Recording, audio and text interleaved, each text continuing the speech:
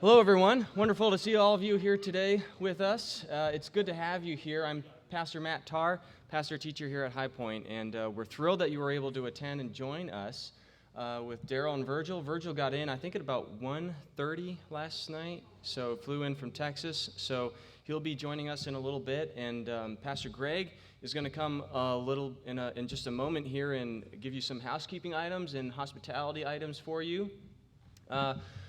Once again, though, we are very blessed. Darrell and Virgil, as you know, have postured themselves as experts on some of the most important issues of our day. Many of you listen to them on the Just Thinking podcast.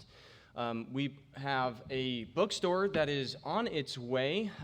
They have, I suppose, gotten caught up in traffic or something to that effect. They were driving up from Carlisle this morning. So hopefully they'll be here by our first break, and you'll be able to benefit from that momentarily, in addition to stopping by some of our other vendors that Pastor Greg will introduce you to here in a moment too.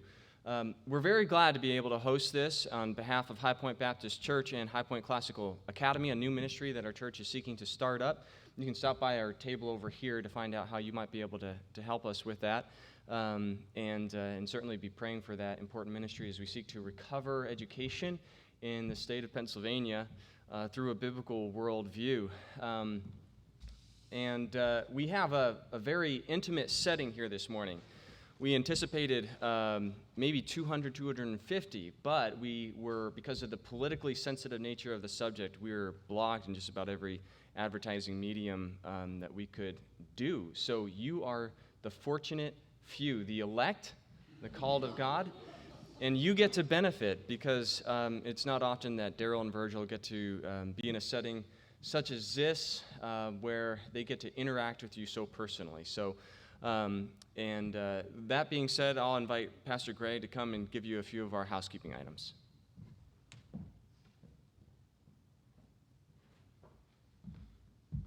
Well, good morning. As Matt said, my name is Greg Hauser, Associate Pastor here. I too would like to extend my welcome to you. We're thankful that you took time out of your schedule to be a part of this day. Just a few housekeeping items for new guests here. The bathrooms are, when you go out of the main sanctuary to the left, the hallway, that's where the bathrooms are.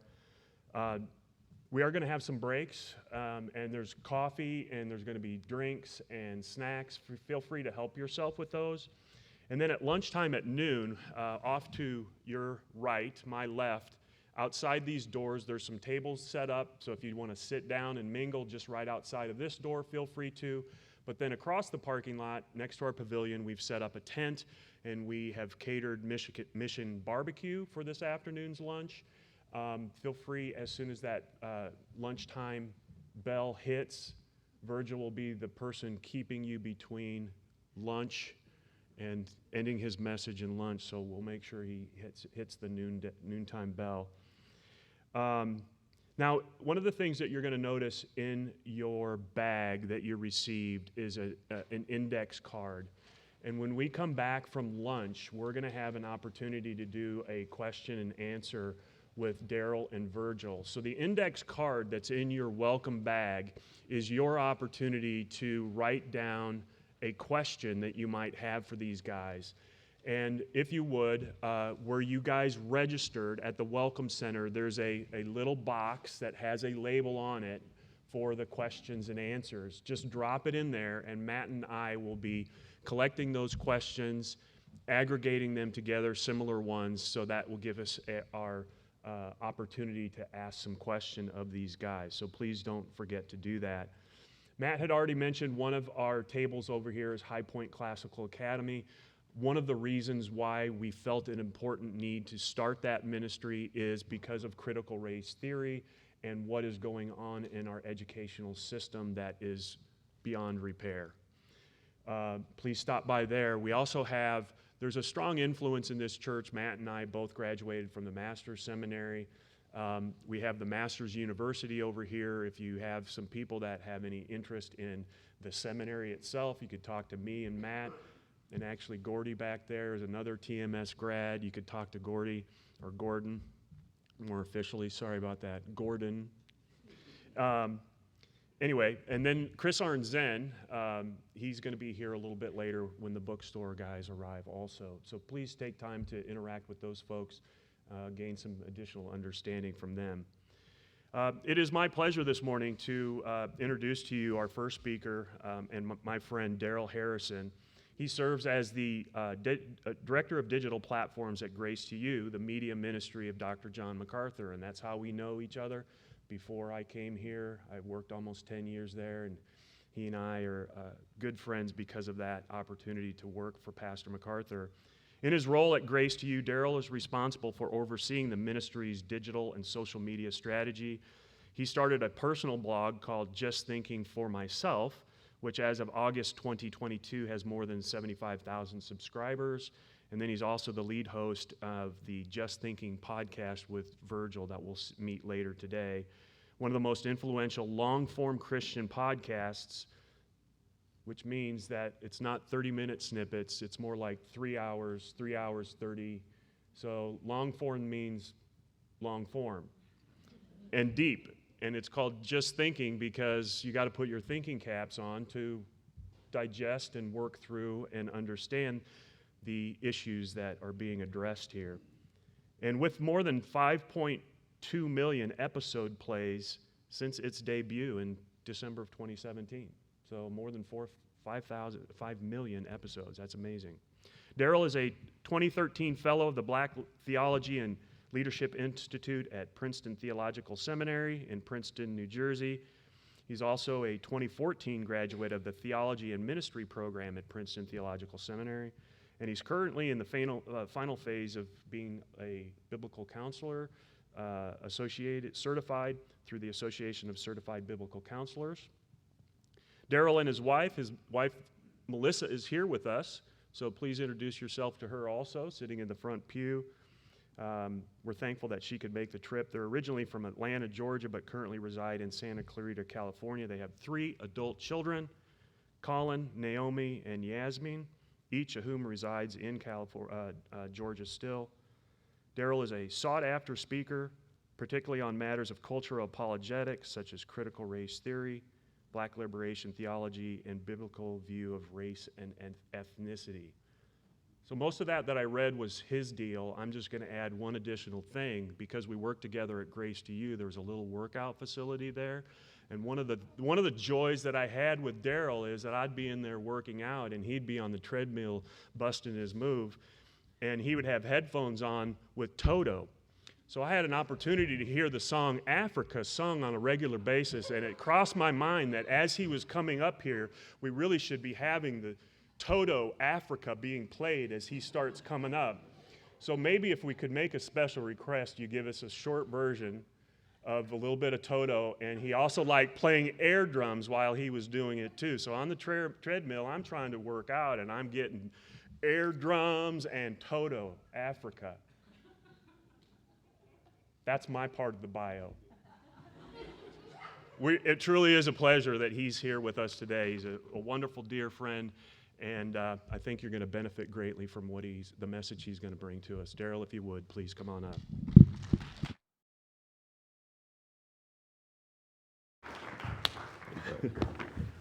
All right, let's see. Okay, sounds like I'm on already.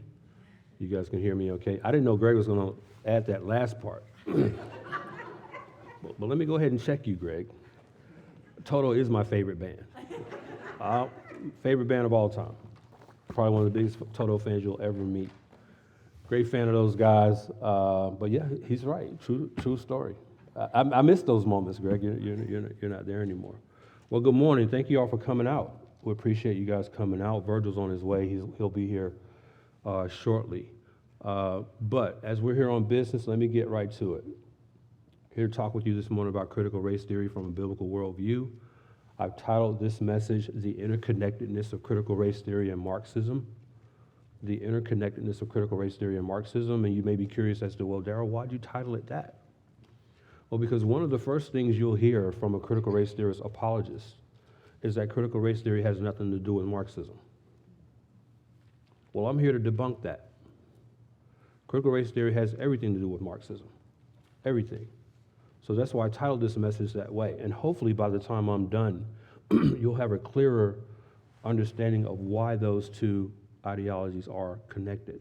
One gives birth to the other. And when it comes to understanding critical race theory, what you and I must initially realize is that critical race theory, or CRT for short, is not some kind of Big Bang proposition. And what do I mean by that? What I mean by saying that critical race theory is not some sort of Big Bang proposition is that as a worldview, critical race theory is not a belief system that has simply come about ex nihilo. It's a Latin phrase meaning out of nowhere. Critical race theory didn't just come together out of nowhere. Okay, it's not some Big Bang philosophy. Critical race theory has a definitive origin, and that origin is a philosophy that was originally advanced by two 19th century German philosophers whose names were Karl Marx and Friedrich Engels. Karl Marx and Friedrich Engels. There is an ideological umbilical cord, if you will, that inexorably connects critical race theory with Marxism. That connection is a mutual disdain of and contempt for capitalism. Critical race theory views capitalism as the fundamental cause of racism in America. That's because in critical race theory, capitalism is what breeds white supremacy. I'm going to repeat that. You must understand that fundamentally about critical race theory. In critical race theory and CRT, it is capitalism that breeds white supremacy, because by definition, capitalism is white supremacist. It's white supremacy that critical race theorists, or crits as they call themselves for short, CRITS, it's white supremacy that crits will tell you that they're trying to dismantle in America. And when they say they're trying to dismantle white supremacy, what they really mean is that they're trying to dismantle capitalism.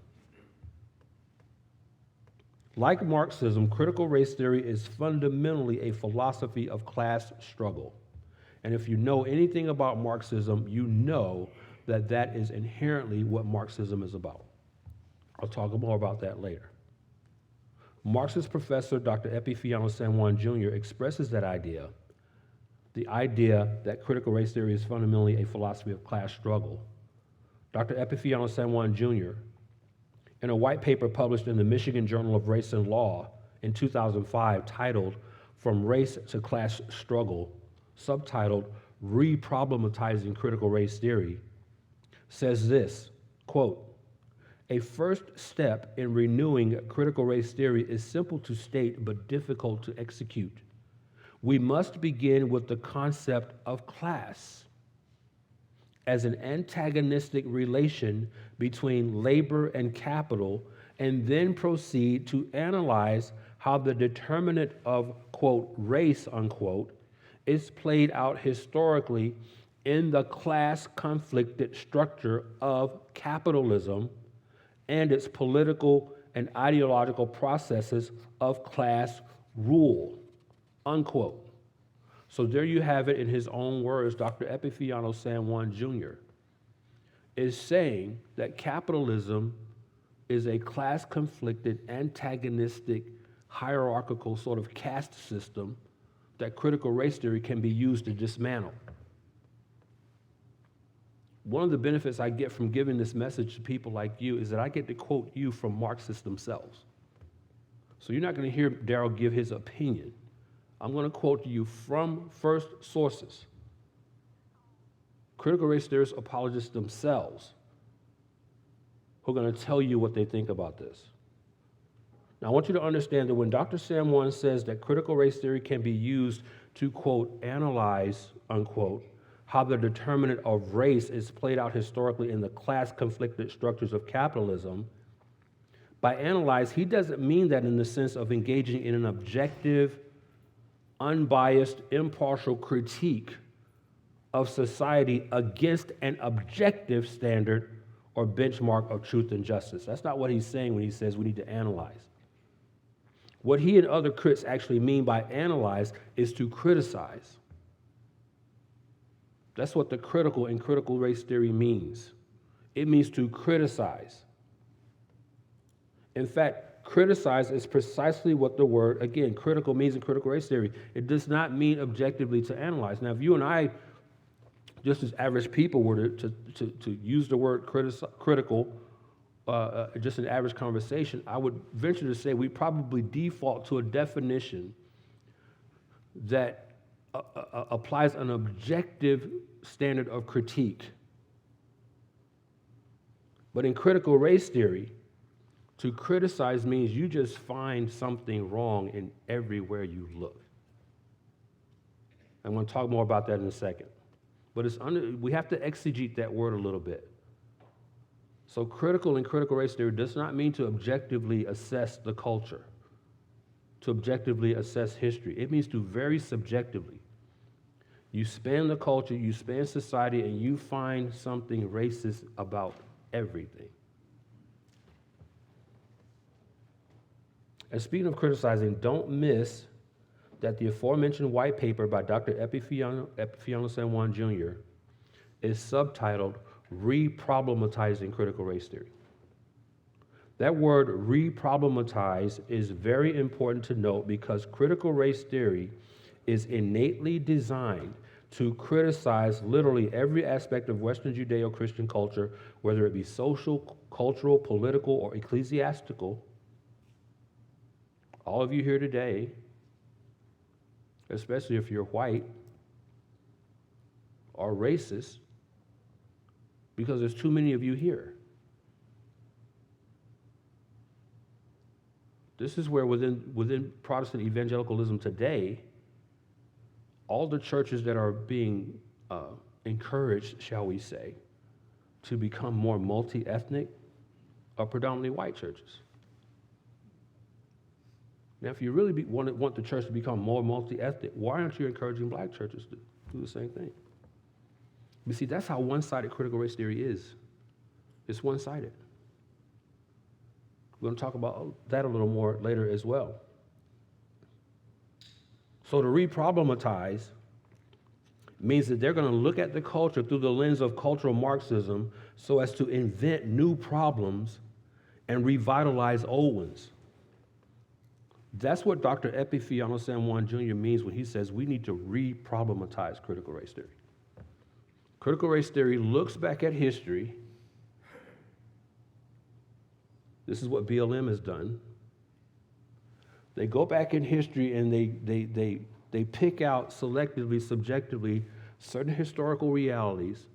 They bring them back into 21st century culture as if those realities have not been resolved. And they re-problematize them as such. So for instance, you will hear just a couple of examples. Voting rights for black people. As if black people no longer have the right to vote. Black people have had the right to vote since 1964. But they'll reach back in history and they'll bring that subjectively, contextually back in the 21st century, depending on the narrative, and they'll re-problematize that. As if blacks not being able to vote is still legally accepted. The same thing with redlining. Housing discrimination against black people absolutely was a reality back in the 40s and 50s. Under the Roosevelt administration. Absolutely. Read the book, The Color of Law by Richard Rothstein. Absolutely was a reality. But now there are laws on the books. If you're black or any ethnic minority, you feel like you've been redlined, you can sue. But see, what the CRT will do is if a black person applies for a mortgage and they get declined, it's automatically racism. It's redlining. Oh, they're redlining again. So you have to understand the context of that word re-problematization and what that means. Critical race theory reaches back into history to resurrect such sociocultural issues such as slavery. That's the one that won't die. That's the one that will not die. Slavery, redlining, voter discrimination, civil rights discrimination, and the like in order to re-prosecute, or better, to use Dr. San Juan's words, to re-problematize those issues as present-day realities so that no issue is actually ever resolved. That's the goal. So people ask me all the time, well, Darrell, what's the payoff for critical race theory? The payoff is to not have a payoff. They don't want any issue to ever be resolved. Because it's re-problematizing everything that makes them their money. And racism is big business, folks. It's big business. You know who's getting the richest off of racism right now is the people who are complaining that America is racist. The same people who are criticizing capitalism are benefiting from capitalism. Ibram X. Kendi, probably the leading anti-racist out there right now, is making millions of dollars. He's got a funded think tank at Boston University. This guy's not suffering. Race, as critics define it anyway, is merely one of the ways critical race theorists try to re-problematize American society so as to achieve their Marxist ends. Critical race theory does not see or define race as a fixed, immutable, and static aspect of one's personhood that is grounded in biology or science, or for that matter, theology, such as we find in Acts 17:26. Acts 17:26 is what I call a one-verse apologetic against the sociocultural idea of race. It totally debunks it in one verse. Acts 17:26 in the New American Standard Translation reads, "And he, that is God, made from one man, that one man being Adam, every nation of mankind to live on all the face of the earth, having determined their appointed times and the boundaries of their habitation." Now, why do I say that Acts 17:26 is a one-verse apologetic against the sociocultural idea of race? Well, it's because when you look at the word nation in that verse, that God made from one man every nation, that word nation is not talking about sovereign geographical boundaries. In the Greek, that word is the word ethnos, which, as you can probably guess, we get our English word ethnicity. So what we find biblically is that God hasn't recreated different races. He's created different ethnicities. He's created ethnicities. We're one race. We're one genus. We're one type. That is the human. We're one human genus. We're one human type.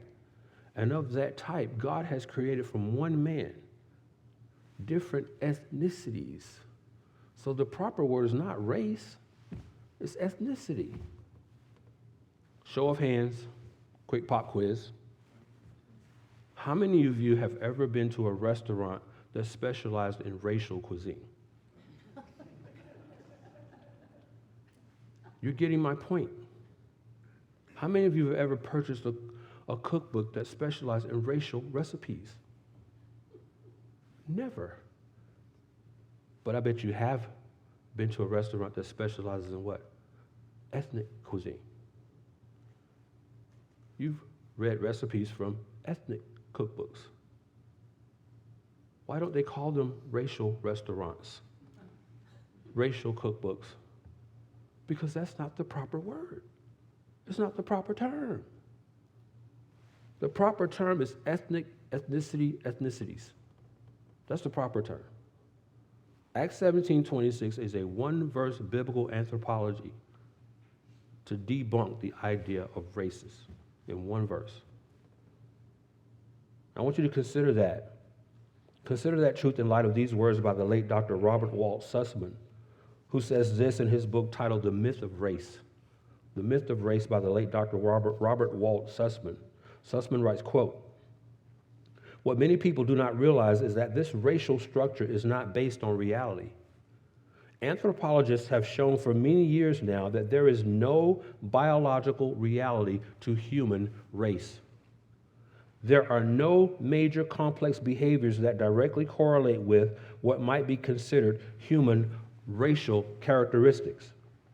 There is no inherent relationship between intelligence, law-abidingness, or economic practices and race. Just as there is no relationship between nose size, height, blood group, or skin color and any set of complex human behaviors. However, Sussman says, Over the past 500 years, we have been taught by an informal, mutually reinforcing consortium of intellectuals, politicians, statesmen, business and economic leaders, and their books that human racial biology is real and that certain races are biologically better than others. The biologically deterministic racist worldview has been tested and disproven consistently, and yet its proponents have remained resistant to all empirical scientific evidence for more than 500 years, especially the past 100 years, unquote. That was Dr. Robert Walt Sussman from the book titled The Myth of Race. Now, viewing race as a subjective and changeable social construct whose meaning shifts with the political and cultural winds, as opposed to viewing it as a biological or scientific reality, doesn't achieve for critical race theorists the eschatological utopia they desire, in which cultural Marxism replaces capitalism and wherein the current hierarchical power structure is inverted, is turned upside down, so that intersectional minorities such as blacks, LGBTQA2S, and the like become the new oppressor class, and consequently, white supremacist capitalists become the new oppressed class. So what I'm saying here is that for crits to recognize race in the same context as Dr. Robert Wall Sussman writes, as a fixed, immutable, unchangeable reality, it doesn't get them the payoff they want.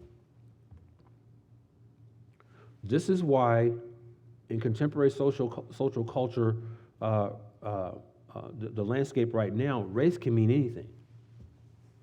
Race means anything. It's not just about skin color anymore. It's about what you think, what you believe. See, all of you here who are not black, you're white. And if you're white, you're a supremacist by default. You're a supremacist by existing. In the eyes of critical race theory, if you're not black, you're white. That means if you're Asian, you're white. If you're Hispanic, you're white. If you're Middle Eastern, you're white. Do a Google search on critical race theory matrices, and you'll see their own charts come up, and they'll show you. They'll tell you what you are and what you're not. So in critical race theory, there's only two groups. There's whites and there's non-whites. And if you're not black, you're white. So in critical race theory, the only non-white group is black. Anything else, you're a supremacist. So that eschatological vision, right, of wanting to invert the power structure from a capitalist power structure to a Marxist power structure is precisely why I argue that critical race theory is not merely an ideology or a philosophy. It's an all-encompassing worldview. Critical race theory is a worldview,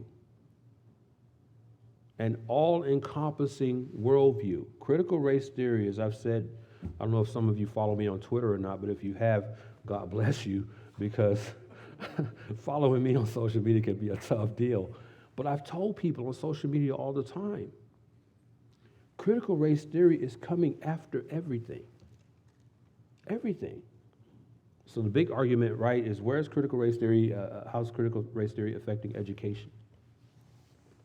But it's not just the schools, it's in corporate America. DEI, diversity, equity, inclusion, that's critical race theory. Social emotional learning in public education, that's critical race theory. And what you have to understand is whatever space you're in, I don't care whether it's the education space, corporate America space, the ecclesiastical space in the church, it doesn't matter. What you need to understand is that critical race theory, your company, your school, your place of business, they're not going to come up to you and say, yeah, we teach critical race theory here. We operate by the tenets of critical race theory. They're not going to tell you that. They're going to call it something else. But you have to be so well versed in what critical race theory is that you can recognize it by regardless of what they call it. Diversity, equity, and inclusion is critical race theory. And when you look at corporate organizations across America that have DEI executives, what you're going to find is 95% of them are black females. Now, where's the diversity in that? For something that's called diversity, equity, and inclusion, all DEI is legally codified ethnic discrimination in hiring. There's nothing diverse about DEI. Matter of fact, anything that's labeled diversity, anything, requires you to look at the person for who they are on the outside first. That's discriminatory by nature. That's inherently discriminatory. But what you have to understand again, they're not going to call it critical race theory. They're going to call it something else. But you have to be able to recognize what that is. You have to be able to recognize, oh no, that's still CRT. So again, that eschatological vision is why I say critical race theory is an all-encompassing worldview. And I say that again in light of what Dr. Epiphanius San Juan Jr., whom I quoted earlier, who in the same white paper that I cited earlier, Re-Problematizing Critical Race Theory, said this, quote, we need, I'm quoting literally from Dr. Epiphanius San Juan, we need to reinstate the Marxist category of class derived from the social division of labor that generates antagonistic class relations. Critical race theory can be renewed by adopting class struggle as the means of resolving racial injustice through radical structural transformation, unquote. This is one reason, this being, that critical race theory is inherently antagonistic. This is why critical race theory divides people into groups. It divides them into groups for the sole purpose of pitting those groups against one another. Here you heard it from his own mouth. Critical race theory promotes antagonistic class relations. Dr. Epiphanius San Juan Jr. just said. Critical race theory does not want people of different hues of melanin sitting together in peace under the same roof. Critical race theory wants antagonism between us. They want discord. They want us protesting in each other's neighborhoods like Black Lives Matter did. Here you heard it from his own mouth. See, the tenet of adopting class struggle is precisely why, and hear me clearly on this, the goal of adopting class struggle is precisely why statistics, particularly certain socio-ethnic economic data, are such valuable weapons for critical race theorists. Critical race theorists subjectively use statistics as a means to form and promote the misleading narrative that any socioeconomic differences that may exist, particularly among blacks and whites in America, are actually disparities. I'm going to repeat that. Critical race theorists use statistics to promote the misleading narratives that any differences, especially socioeconomic differences, that may exist between blacks and whites in America are actually disparities, and that those disparities are solely the result of inequities brought about in society by an oppressive capitalistic system that is grounded in white supremacy. Hence, the recurring accusations on the part of critical race theorists of systemic racism in America. But you see, here's the thing. Not every difference is a disparity. Not every difference is a disparity, and not every disparity is the fault of a society that is inherently discriminatory. There's a difference right now in the height at which I'm standing and the height you are where you're seated. Is that difference a disparity? No, it's just a difference. It's just that's all it is. It's not a disparity at all. Not every difference is a disparity. Some differences are just that. They're just differences. Rightly did economist and author Dr. Thomas Sowell assert in his book titled Discrimination and Disparities, quote, "The emphasis on complex statistical analysis in economics and other fields, however valuable or even vital, such statistical analysis may be in many cases can lead to overlooking simple but fundamental questions as to whether the numbers on which these complex analyses are based are in fact measuring what they seem to be measuring or claim to be measuring.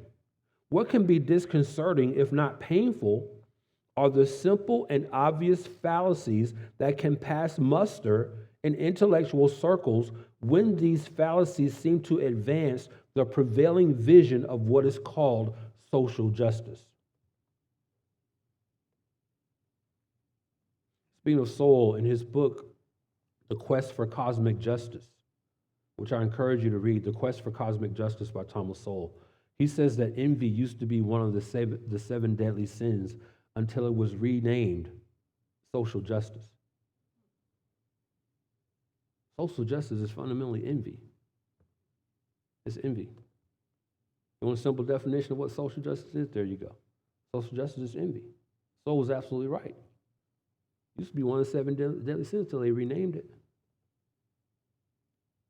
So contrary to what may appear to be the reality as you survey the critical race theory landscape, not everyone views socialism in such an affirming way as does Dr. Epifaniano Sanjuan Jr.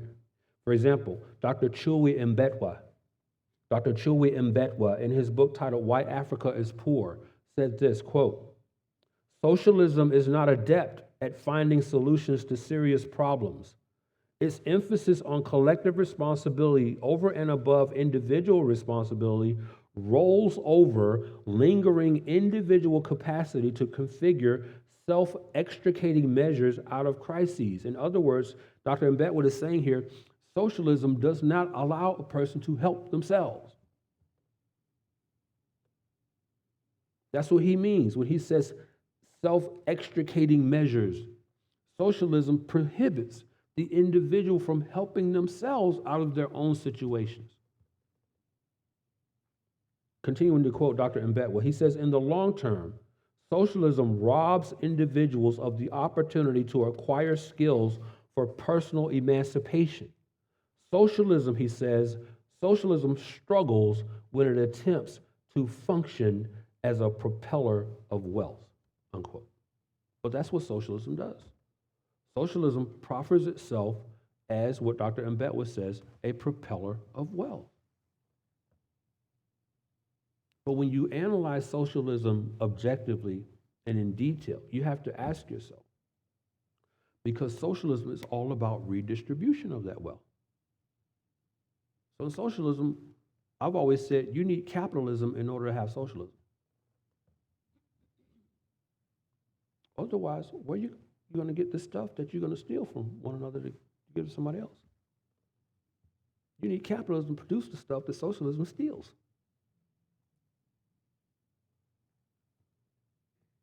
But Dr. Mbetwa was right. Socialism struggles when it attempts to function as a propeller of wealth, but that is the empty promise of socialism, that it'll make everyone wealthy. And what happens is the people telling you that it's going to make you wealthy are the ones who get wealthy. Everyone else either stays poor or gets poorer. That's why I loved that Dr. Mbetwa titled his book, Why Africa is Poor.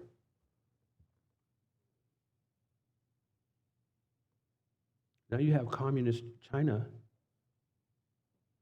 buying hundreds of thousands of acres of land in Africa right now.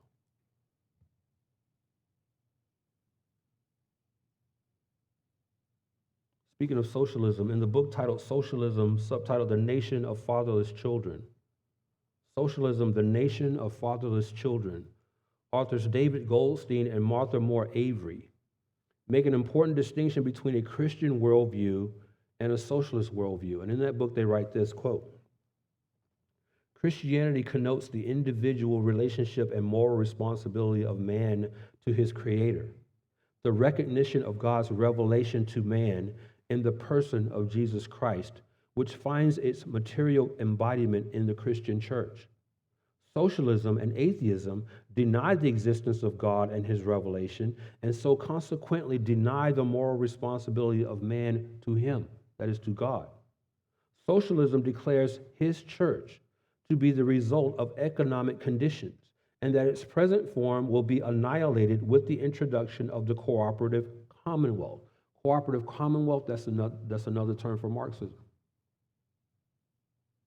It denies the moral responsibility of the individual, declaring that the, quote, social body, unquote, will become morally responsible once it has perfected its form, once the tools of production are collectively owned. That's more Marxist language. When the last class shall have been emancipated, unquote. That's the empty promise of socialism and Marxism, that it will finally and for all emancipate the human race, making everything equal. So the question is, how did we get here? How did we get here with all this critical race theory stuff? So I've spoken to this point about the ideological connectedness between critical race theory and Marxism, but there's a chronological connection as well that you need to understand, which I alluded to earlier, and that chronology begins with what is known as critical theory, or CT. So now I'm going to walk you through a history, a chronological history of critical race theory. It begins with critical theory, or CT. Critical theory, by definition, provides a specific interpretation of Marxist philosophy. CT provides a specific interpretation of Marxist philosophy with regard to a critique of mass culture. In other words, critical theory looks at the culture through the lens of Marxism. That's what CT does.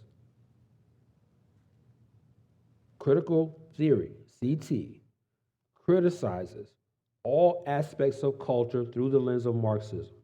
Also known as the Frankfurt School, critical theory is a philosophical and sociological movement spread across many universities around the world. It was originally located at the Institute of Social Research at the Goethe University in Frankfurt, Germany. That institute was founded in 1923 by a wealthy German Jewish Argentine by the name of Felix Weil, W-E-I-L. Felix Weil founded the Institute of Social Research with the aim of developing Marxist studies in Germany. But something happened. The Nazis moved in. And in 1933, the Nazis forced the closure of the Institute for Social Research because the institute was founded by Jews, staffed by Jews, all its students were Jews. So the Nazis came in and shut it down. But a few decades later, that same Institute for Social Research was relocated to the United States, where it found hospitality at Columbia University in New York City. And that is where the Institute for Social Research still resides today. If you go on the website of Columbia University, you will find a webpage dedicated to the Institute for Social Research. And you can also, in your spare time, if you have any, Google a search on communist graduates from Columbia University. You'll get a whole list of them. And then you'll come to find out, okay, I can see now why Columbia was so welcoming to the Institute for Social Research. It is the Institute for Social Research, which several decades later in the 1970s, so now we're going from the 1930s forward to the 1970s, the same institute that gave rise to a movement known as critical legal studies. So we're going now from CT, from critical theory in the 30s, to critical legal studies now in the 70s. As a movement, CLS, okay, so we're going from CT now to CLS. As a movement, CLS was comprised predominantly of a group of white, neo-Marxist, new left, and countercultural intellectuals within the legal academy who sought to study the impacts of legal jurisprudence in America, but through a Marxian construct of equality and justice. So this was a group of Marxist legal scholars who got together in the 1970s, formed this movement called critical legal studies, looking at American jurisprudence, how the American legal system operated primarily against ethnic minorities through what Karl Marx viewed as what equality and justice should look like. Which is ironic to me because Karl Marx was one of the most passionate racists to ever live. Karl Marx was a Jew who hated Jews. He hated blacks. He hated Asians. You name the ethnicity, he hated them. Yet here you have a group of Marxist legal scholars who are looking to Karl Marx to see if the American judicial system is just. Now, it's my contention that it was the CLS movement that initiated a shift from Marxism being fundamentally a philosophy of economic class struggle to one of identity struggle. So traditional, what I call orthodox Marxism, is primarily economic. It's looking at economic imbalances or inequities. But what the CLS movement did, they applied that same Marxian paradigm to ethnic groups, which shifted Marxism from a primarily economic worldview to now it's an identity worldview. So from the CLS movement in the 1970s arose what is known today as critical race theory, or CRT. So I'm taking you from CT to CLS to where we're now at CRT.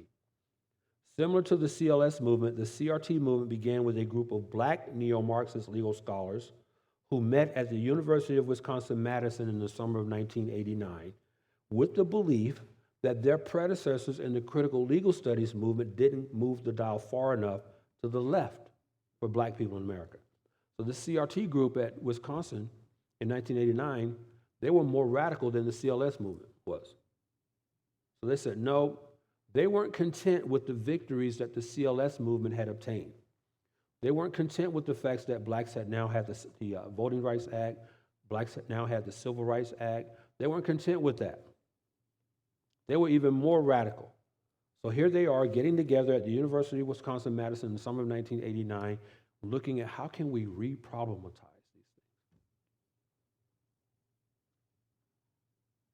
And that's exactly what they did. They didn't see the CLS movement as being radical enough, so they endeavored to, as I said, re-problematize everything. And what does that re-problematization look like? So when I say that the CRT group got together to re-problematize, what does that look like? What was the fruit of that? Let me quote Dr. Daniel Subotnick. Dr. Daniel Subotnick is professor of law at Touro College of Law in Central Islip, New York. He authored a book titled Toxic Diversity, subtitled Race, Gender, and Law Talk in America. And he answers that question, the question of what does this re-problematization look like?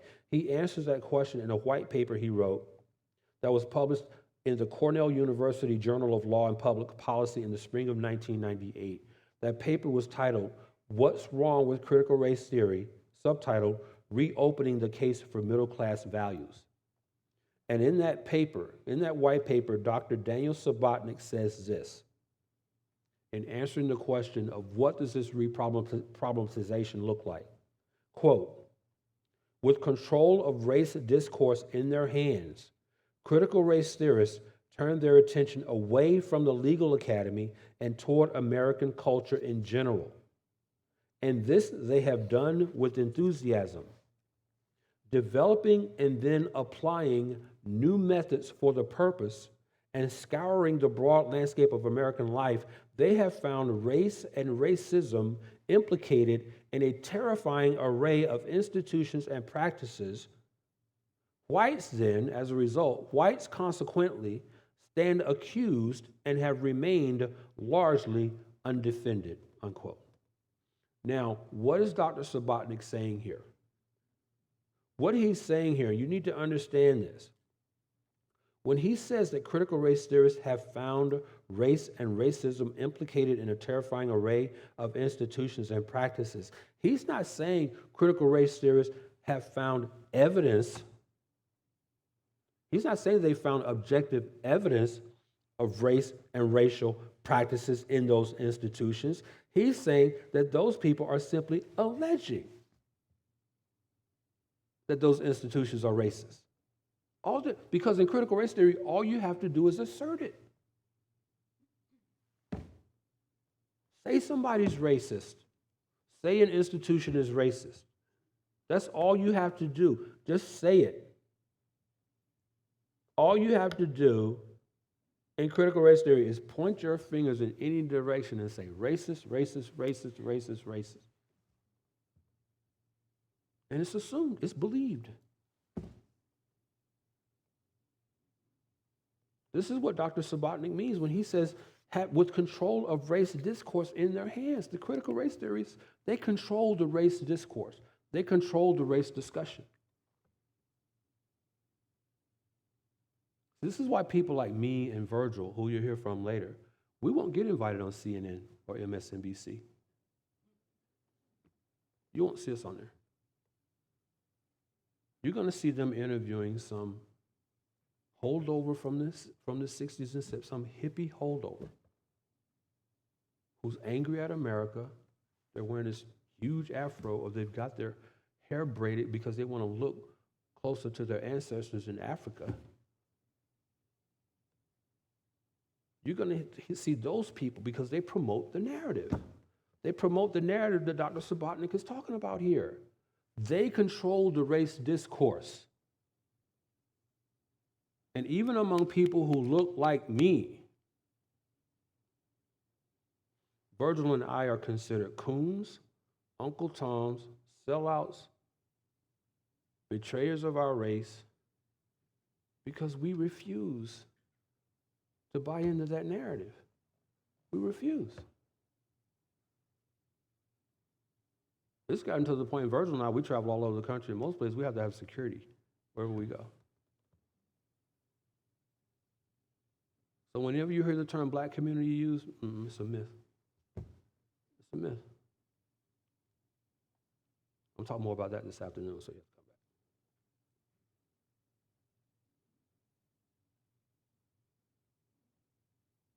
Critical race theory is built upon one main presupposition. It's built upon one main presupposition, but it's supported by at least three subordinate presuppositions. So if you want a simple one-sentence definition of what critical race theory is, here it is. One sentence. Critical race theory, this is the main presupposition of critical race theory. Critical race theory operates, and what you have to understand, before I give you this definition, what you have to understand is that the entire ideology that is critical race theory is all presuppositional. Because like I said earlier, you don't have to prove anything. It's all presuppositional. Everything about critical race theory is presuppositional. But here's the definition. Here's a one-sentence definition.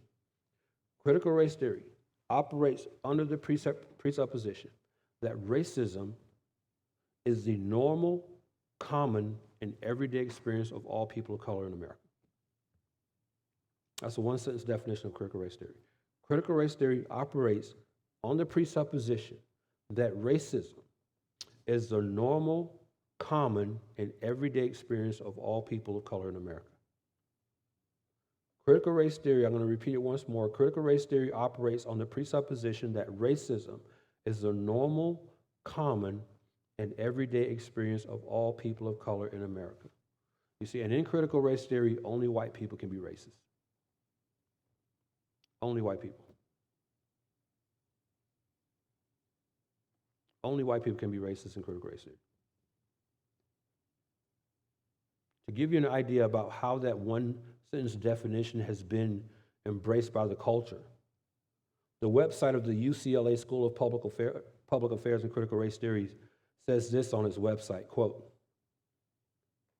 CRT recognizes that racism is ingrained in the fabric and system of American society. The individual racist need not exist to note that institutional racism is pervasive in the dominant culture. This is the analytical lens that CRT uses in examining existing power structures. CRT identifies that these power structures are based on white privilege and white supremacy, which perpetuates the marginalization of people of color, unquote. That's from the UCLA School of Public Affairs and Critical Race Theory. Let's just give you an idea about how that one-sentence definition has been bought into by society. The UCLA website says that the individual racist need not exist to note that institutional racism is pervasive in the dominant culture. See, that's what I mean by it's presuppositional. It just assumes. So they leave themselves an out. They leave themselves an excuse. I don't have to prove that racism existed. The individual racist need not exist. So I don't need to prove it. So for you to argue against this, you're proving yourself to be racist by arguing against this. So the critics have set themselves up to where they can operate by a presumptive worldview that doesn't have to be proven and let alone cannot be challenged.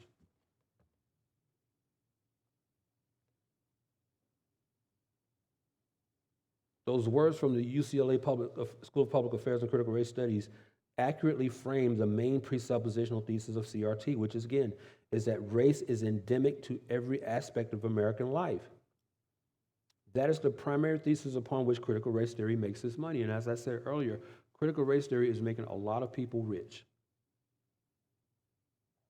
So antagonism, they don't want to solve that because that's the end of their gravy train. How does it make sense for them to have people of varying ethnicities get along when it won't sell books?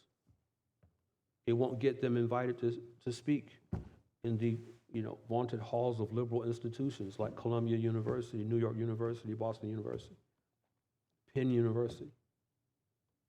It shuts up. Reconciliation shuts all that down. They don't want that. To quote again Dr. Daniel Subotnick from his book Toxic Diversity, quote, if race is central because racial supremacy is central to American culture, which is precisely what critical race theory asserts, then all features of American culture are presumed tainted. Presumed tainted. In such an environment, racism can be presumed and need not be proved. This is why I say to white people, see, you can't win. If you're white, you can't win. Critics have this ideology so stacked against you, you cannot win. So my advice to you, especially if you're not black, because remember, if you're not black, you're white. Regardless of what your ethnicity is, if it's not black, you're white.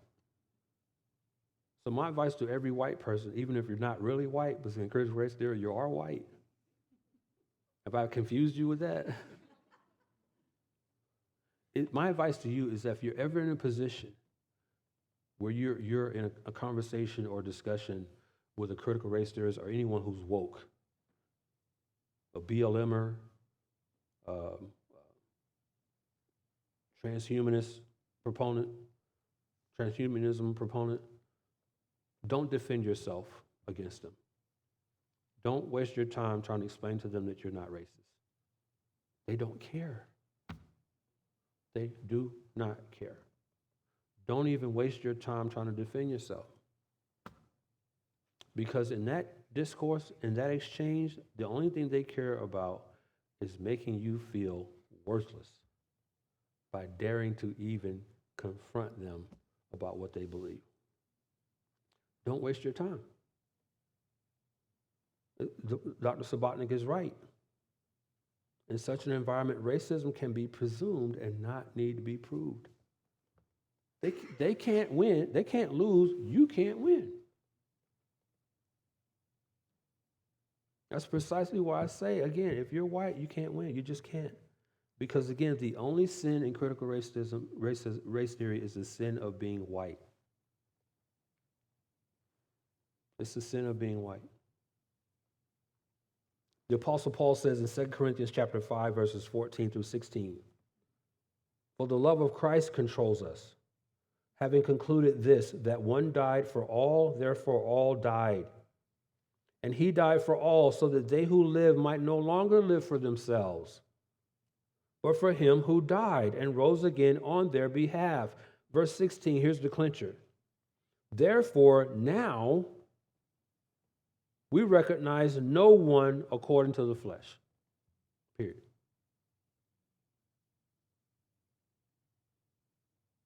Another one verse apologetic against the division and the antagonism of critical race theory. If you're a Christian. One verse. Now you pair Acts 17:26 with 2 Corinthians 5:16, you're done.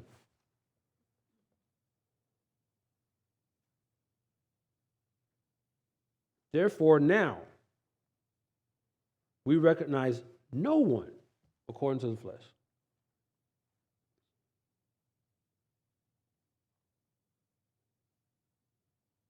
So I don't look at you from the outside.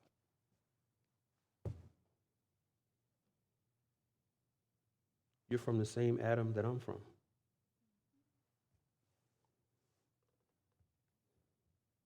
Same Adam.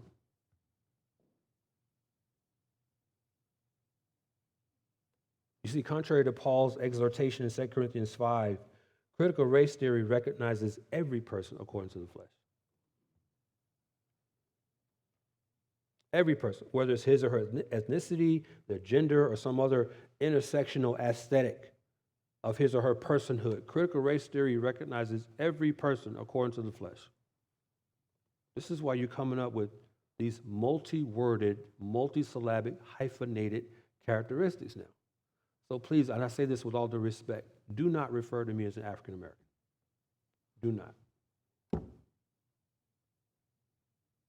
I'm a black man.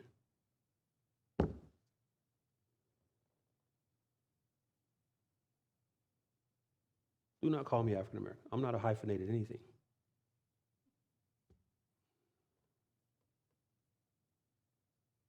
And I think it shows disrespect to any black person to assume that they're offended by you calling them black.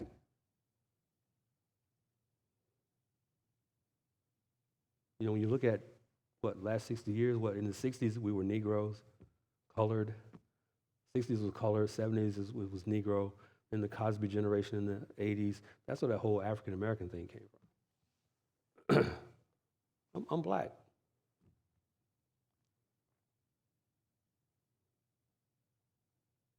Now, having given you the main presupposition of critical race theory, that racism is essentially everywhere, it's presumed to be everywhere in society, there are at least three supporting presuppositional theses. So I mentioned this to you earlier.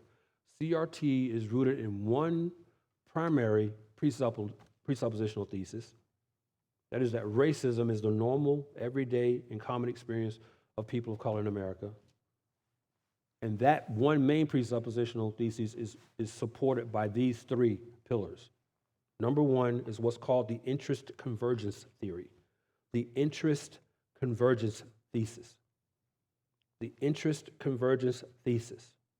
The interest convergence thesis teaches that racism benefits and advances the interests of white people always and only at the expense of black people. This is why capitalism is the enemy in critical race theory, because only white people are capitalists. Only white people have stuff. The interest convergence thesis holds that racism benefits and advances the interests of white people always and only at the expense of black people.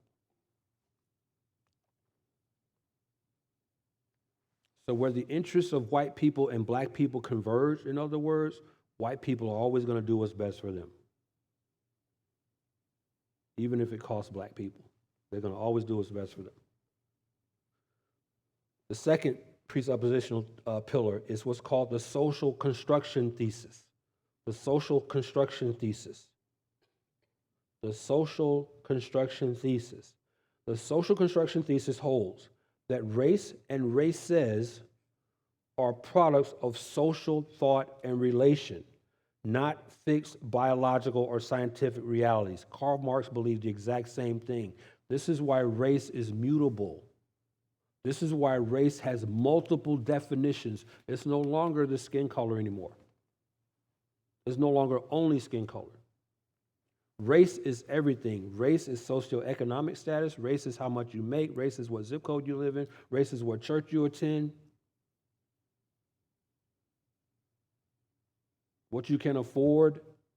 How many of you have seen that graphic that shows, it supposedly shows, purports to show a visual of equality and equity where it has these three black people standing on these milk crates. And then on that's equality. They're looking over the walls of a baseball stadium, watching a baseball game, and you have these sort of tiered stair-step images. That's equality, and then they go in the opposite direction, supposedly representing equity. Has anybody seen that graphic at all anywhere? That graphic is totally wrong. It's totally wrong. But that graphic depicts the interest convergence theory. It depicts the social construction theory, because now not being able to afford a ticket into the baseball game is racist. So what equity and equality teach me is equality is, number one, if you can afford the ticket to the game, and then number two, if you want to go to the game. If you can afford a ticket and you want to go, then you should be allowed, you'll be inside the stadium. If you can't afford the ticket, you should be outside the stadium.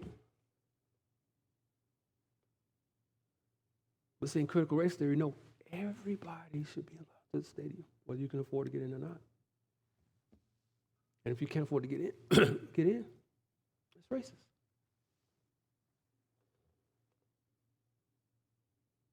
So the social construction thesis holds that race is anything. It's anything. This is why you have so many woke critical race theorists today calling for student loan debt as a justice issue. You're going to pin justice to anything, and the critical race theorists will run with it. Again, it's presumed. It's presumed. It's presumed. Now, Scripture teaches me to pay my debts. All of them. In the Psalms, it says that God honors the person who keeps his promise even to his own hurt. Scripture teaches me that when you're forced to pay somebody else's debt, which is what this student loan debt relief stuff does, because it forces that burden on other taxpayers to pay that debt off, that's stealing. But see, as a justice issue, that puts it in a whole different category. We have to do that because that's justice. I don't have to prove it. It's not my fault that you went to some liberal university and you majored in flower petal design and came away with $300,000 worth of debt, and now you can't get a job designing flower petals. Why should I have to pay your debt back?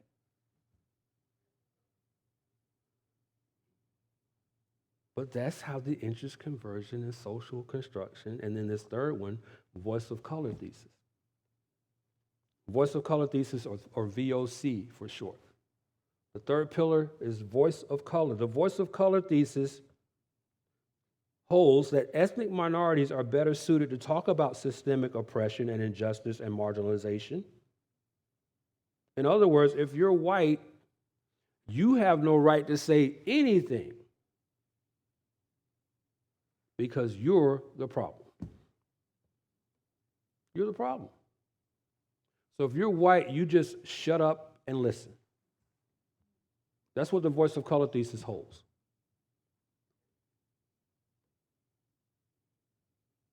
If you're white, you're the problem. I'm black.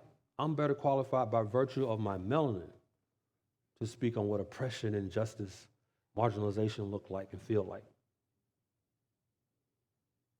So you shut up. and you listen. Your only responsibility is to listen. You'll hear this from Ember Kendi. You want to show you care, white person? Shut up. Listen, go out and do better. Go out and do better. When George Floyd was killed on March 25th, 2020, not long after that, Virgil Walker and I, about a month after that, Virgil Walker and I released our most listened to episode of the Just Thinking podcast called George Floyd and the Gospel.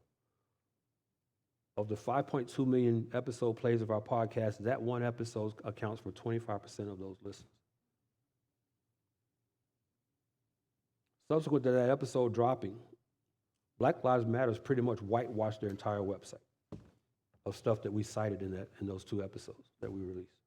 And not long after that, every now and then it happens still in our travels across the country. I would have white people come up and ask me, especially immediately after the George Floyd incident occurred, well, Darrell, what can we do to help the black people? Now, a point of etiquette here, okay?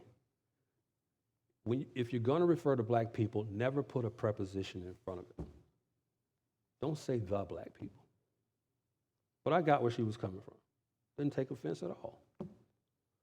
But I told her, I said, listen, okay, so George Floyd was murdered on March 25th, 2020. I said, what were you doing March 24th, 2020? Whatever you were doing March 24th, 2020, you need to keep doing that. What were you doing March 26th, 2020? You need to keep doing that. See, one of the many problems with how the killing of George Floyd was interpreted by the culture is that it lumped all black people in by proxy. So we were vicariously considered proxies of George Floyd. Oh, every black person now, America's got his knee on the neck of all black people in America. Well, don't insult me like that. I was created in the image of God just like you. I have my own name. You have your own name. One of the blessings of us being created in the image of God, is Genesis 1:27, is that you get to use your own mind to make your own decisions and draw your own conclusions. But now we're seeing the ramifications 2 years later of the George Floyd incident, and now we have what's called reparative justice.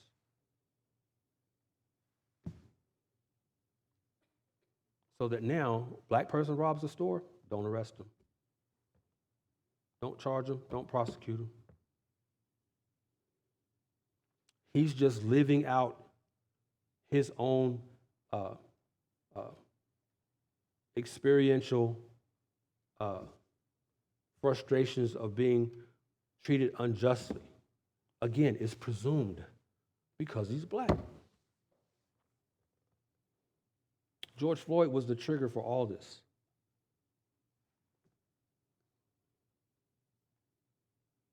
Virgil and I are both historians, not just of church history, but black history. And when you go back and you read the black abolitionists, and I encourage you, at your next opportunity, read Frederick Douglass's speech titled Self-Made Men. Self-Made Men by Frederick Douglass. You got abolitionists like Douglass, Henry McNeil, Turner, Booker T. Washington. None of them, if they were alive today, they would never tolerate reparative justice. Every last one of them would say, if a black man commits a crime, prosecute him. Frederick Douglass said in that speech, Self-Made Man, he used the analogy of a fruit tree with apples. He said, if the apple cannot remain on a tree by its own strength, then let it fall. He said, in the same way, if a man cannot remain on his own 2 feet by his own strength, then let him fall too.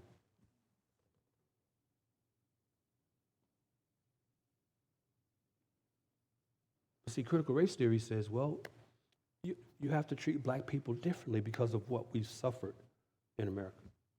Now, I've never been a slave. I don't know if you can tell that, but I've never had my wrists changed. I've never had my ankles changed. I've never been restricted in any way, shape, or form in my existence over my existence in this country.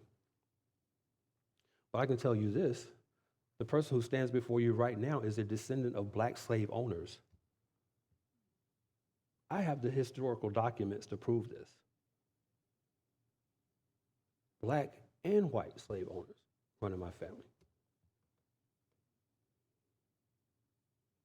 So you have the 1619 Project. Anybody heard of that? The project, first of all, there are many problems with it, but first of all, it shouldn't be called the 1619 Project.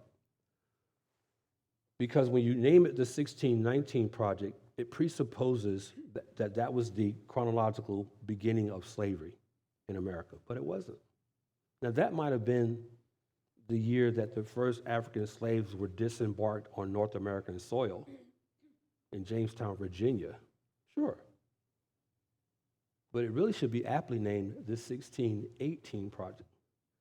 Why? Because if you really want to have an intellectually honest conversation about slavery, you have to go thousands of years back, before 1619, into Africa, especially West Africa, where African tribes captured and sold one another into slavery.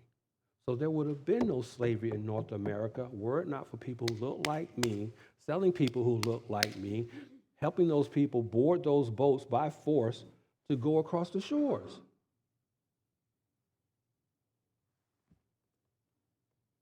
So if you want to have an intellectually honest conversation about slavery in America, let's start with your 1618 and go back. Not 1619 and go forward. By the way, if you were to list the top 10 nations that participated in the transatlantic slave trade, and I use the word nation loosely because America didn't become a nation until 1776, but just for the sake of conversation, if you list the top 10 nations that participated in the transatlantic slave trade, guess where the United States would be on that list? Number 9. Number 1 was Brazil. But if you listen to a critical race theorist, America was the only offender in the transatlantic slave trade. The only. All the slaves went to America. All 8.4 million of them went to America. No. Mm-mm. No. More about that this afternoon. As I get ready to close here, in the book, I want to quote from the book titled The Devil and Karl Marx by Dr. Paul Kengor. The Devil and Karl Marx. And in that book, Dr. Paul Kengor is professor of political science at Grove City College in Grove City, Pennsylvania. In that book, he makes the following assessment of today's culture against the backdrop of Marxism in the chapter titled Fundamental Transformation, where we heard those words before. Kengor says this quote, please listen closely. He says, in a crucial respect, classical Marxism and cultural Marxism will always bear an essential, enduring commonality, one that explains a lot about today's modern left.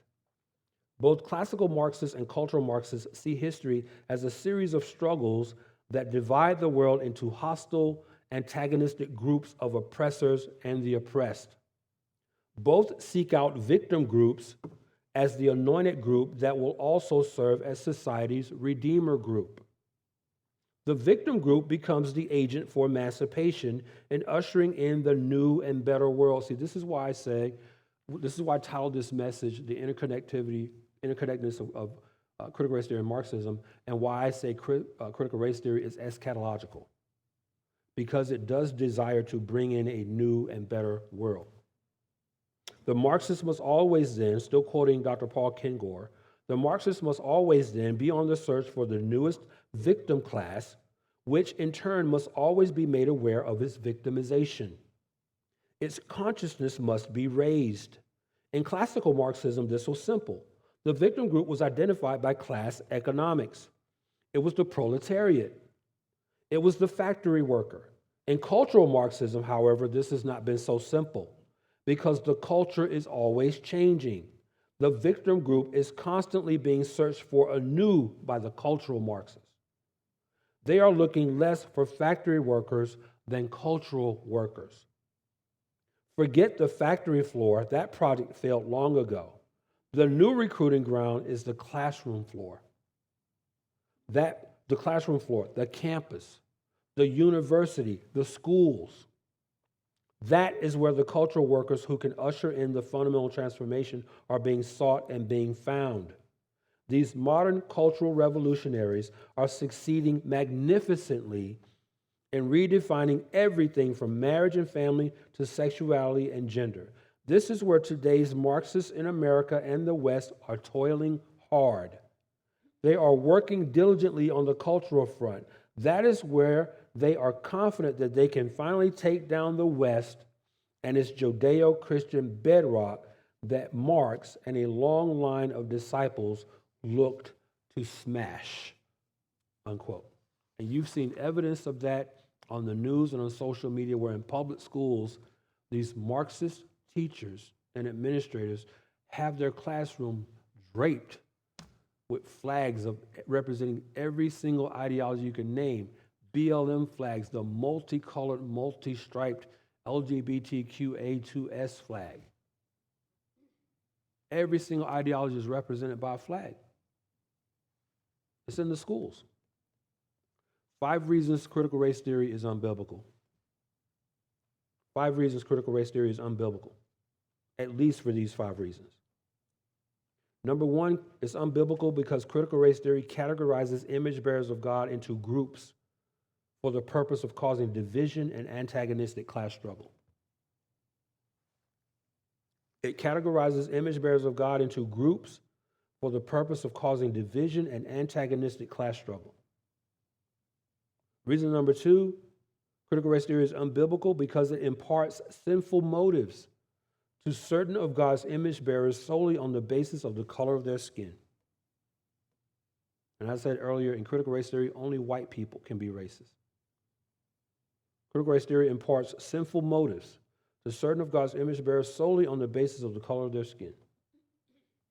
Number 3, critical race theory transfers the guilt of presumed sins,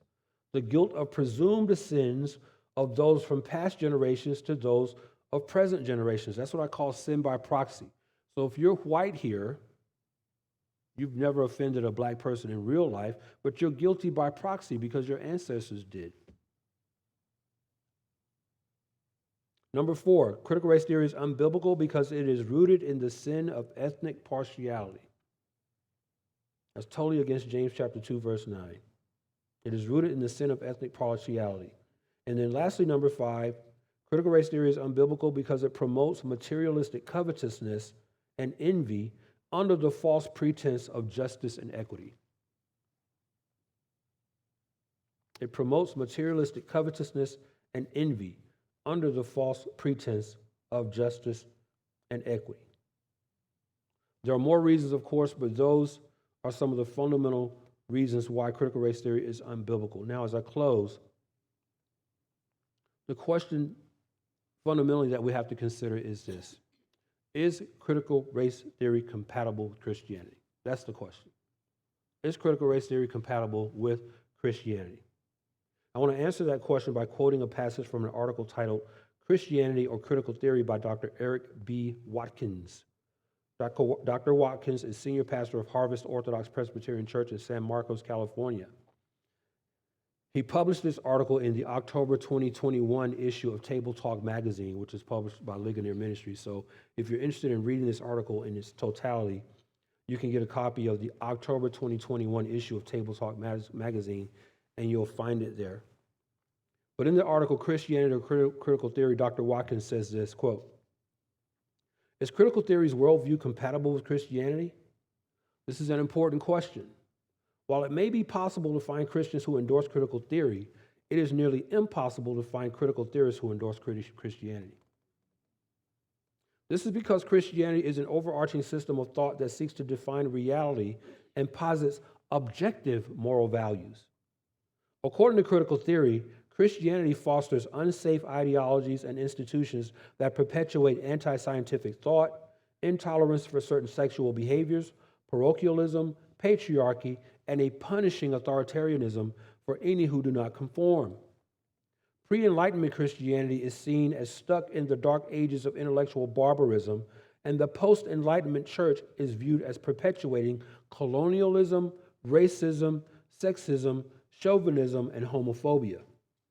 Critical race theory is critical of virtually all worldviews, including Christianity.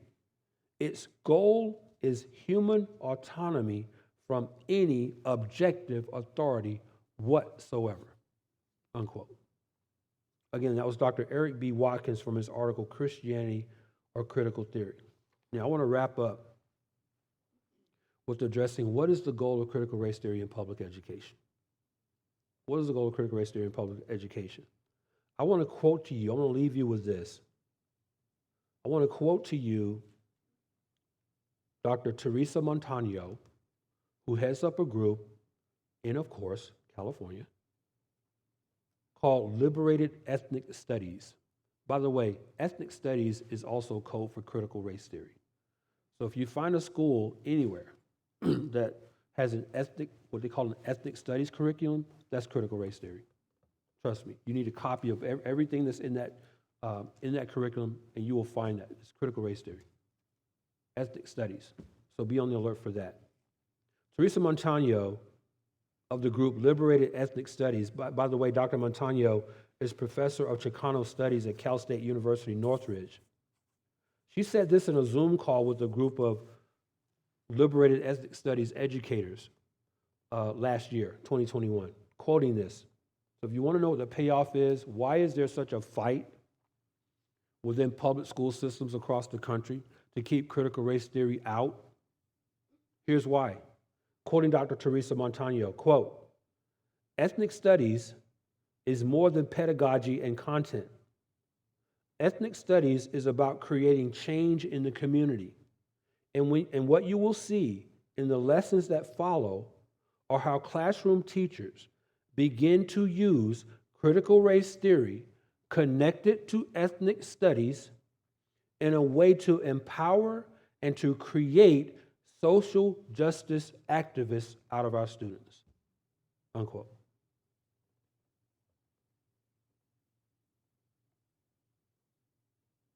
There you have it. In Dr. Teresa Montano's own words.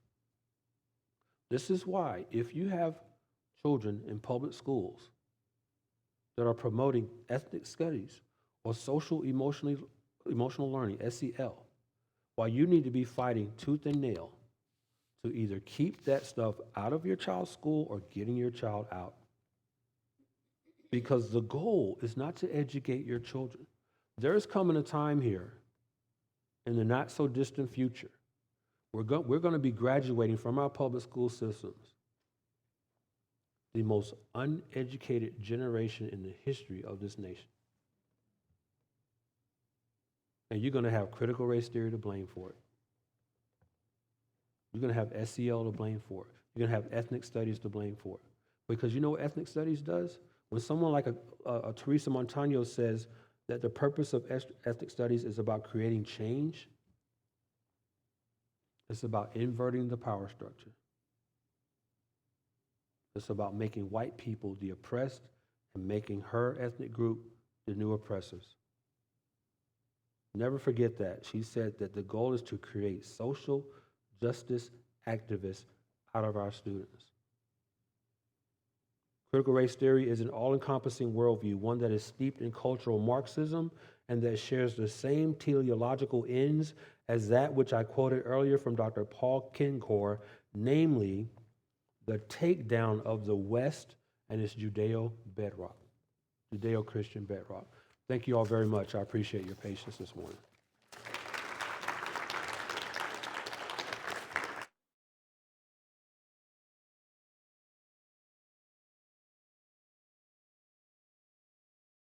Thank you, Darrell. We're going to take a short break now. So just a few reminders.